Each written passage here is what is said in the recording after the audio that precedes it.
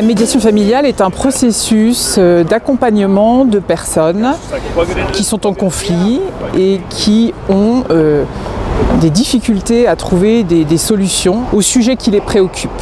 Donc il s'agit de parents, le plus souvent de parents dans une phase de séparation. Ça peut concerner des relations intergénérationnelles difficiles. Ça peut concerner un adolescent ou un jeune majeur qui veut restaurer un lien avec un parent perdu de vue, conséquence d'une séparation par exemple. Ça peut être aussi des grands-parents qui ont des difficultés à voir leurs petits-enfants. Et puis aussi des fratries qui sont en recherche de solutions pour le devenir, et la médiation va les y aider. Soyons clairs, en grande partie, à 90-95%, ce sont des situations de couples qui se séparent et qui ont comme nécessité, j'ai envie de dire légale, que de maintenir une relation parentale dans l'intérêt de leurs enfants. Qu'est-ce qui se passe donc concrètement dans une médiation familiale? On va appeler ça la scène de la médiation familiale. Les personnes concernées, donc que j'ai évoquées préalablement, sont accueillies dans ce service. Elles viennent, c'est une libre adhésion, elles ont pris la décision de commencer une médiation.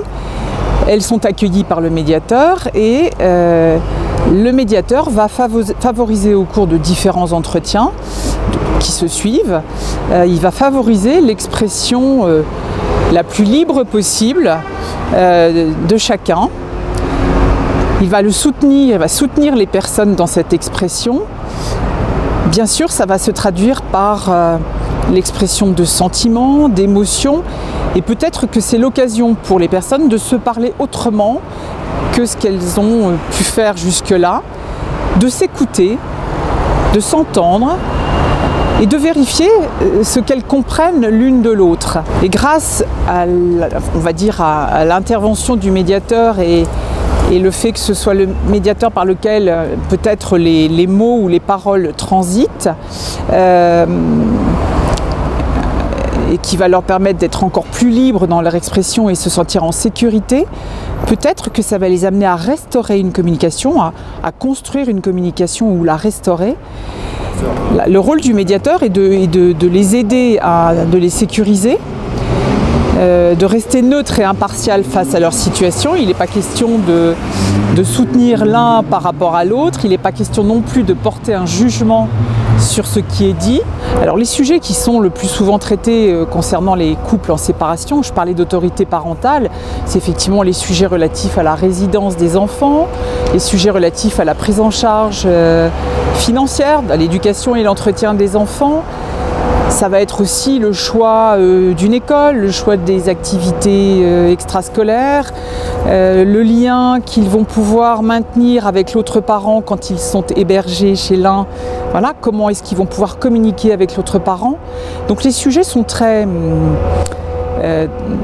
c'est parfois très concret, hein.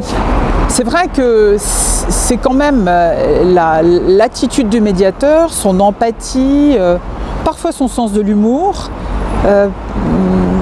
cette capacité d'écoute et d'attention vers l'un, vers l'autre, qui va balancer, j'ai envie de dire, de l'un à l'autre indifféremment. Je crois que c'est aussi ça qui leur redonne confiance.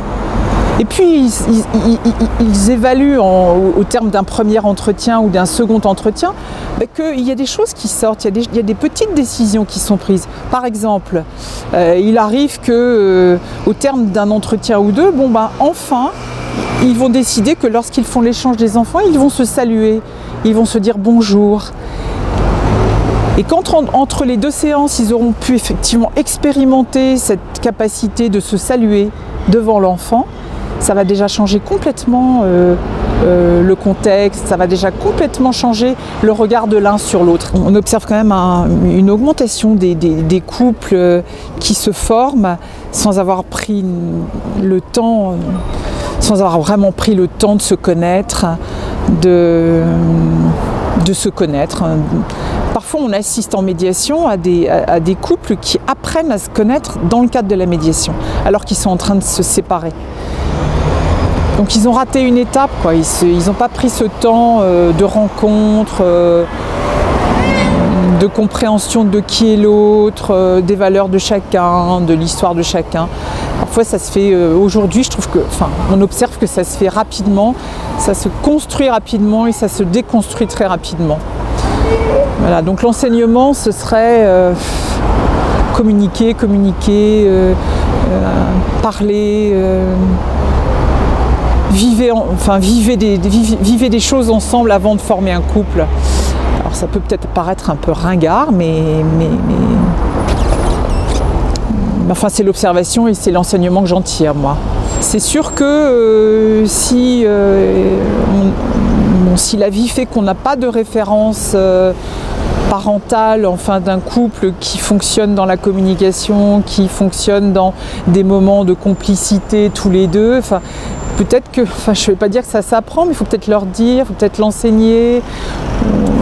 Moi je serais assez favorable à un temps, on parle de préparation de mariage, oui certes, mais préparation de mariage aussi sur ces aspects-là. Comment on prend soin de son couple? C'est un peu la question que je me pose pour tous ces enfants qui vivent des séparations. Si par chance la relation parentale retrouve une certaine sérénité, je pense que c'est un gage de réussite aussi pour les enfants et pour la construction de leur vie à venir, que ce soit en couple ou... Voilà, c'est d'avoir pu observer que ça se travaille, ça se réfléchit et puis on a la volonté que ça fonctionne. C'est pour ça que je pourrais aussi dire que la médiation familiale, c'est ce couple est peut-être un échec, mais peut-être qu'on peut vraiment réussir sa séparation et maintenir une relation parentale correcte et de valeur.